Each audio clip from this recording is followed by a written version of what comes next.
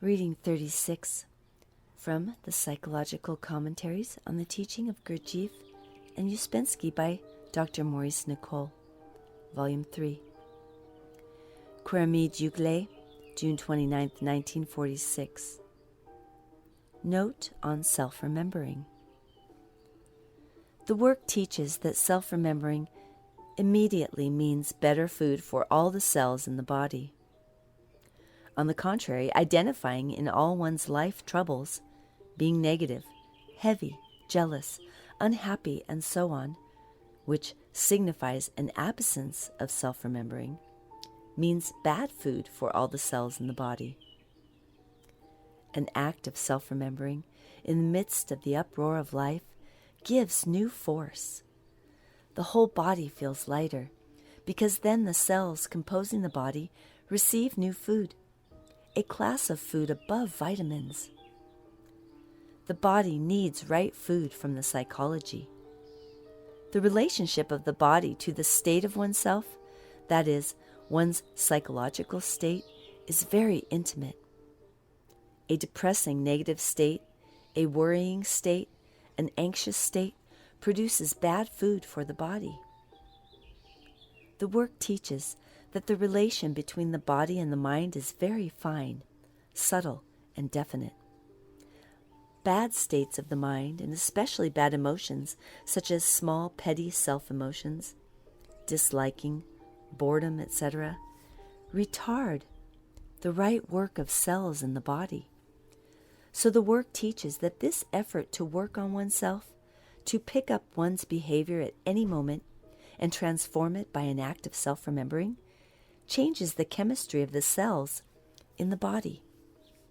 Man can be asleep in life, although very busy. Man can be awake in life, although very busy.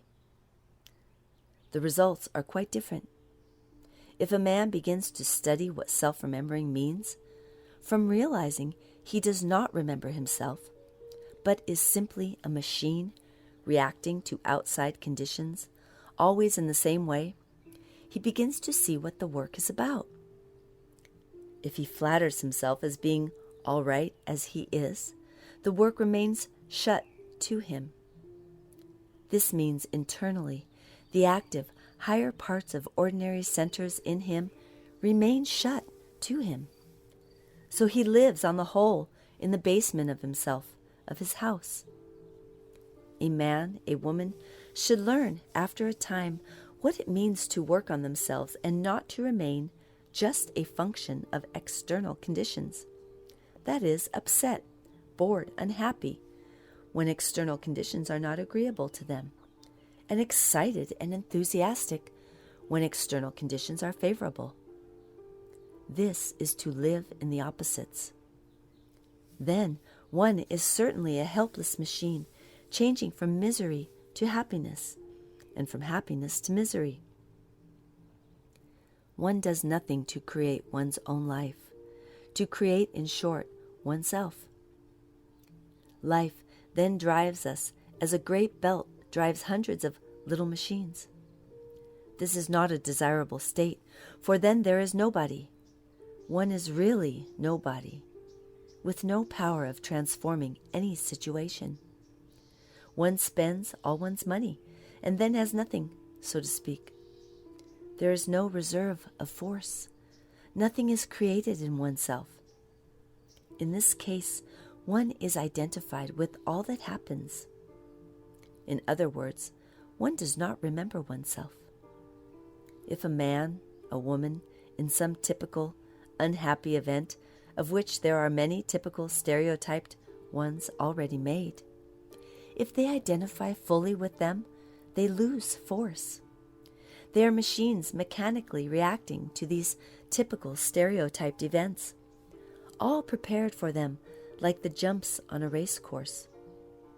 Yes, it is really like that. You come to a typical jump and fall.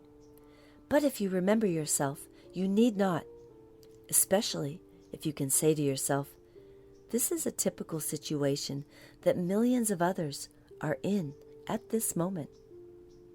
That deprives it of its unique taste. Now to repeat, the work teaches that self-remembering immediately means better food for all the cells of the body.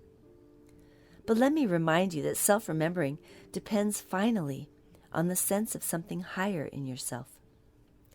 When a man begins to apply the teaching of this work practically to himself, he begins, as it were, to fly a little above the surface of the earth. What he used to stumble at, he no longer stumbles at.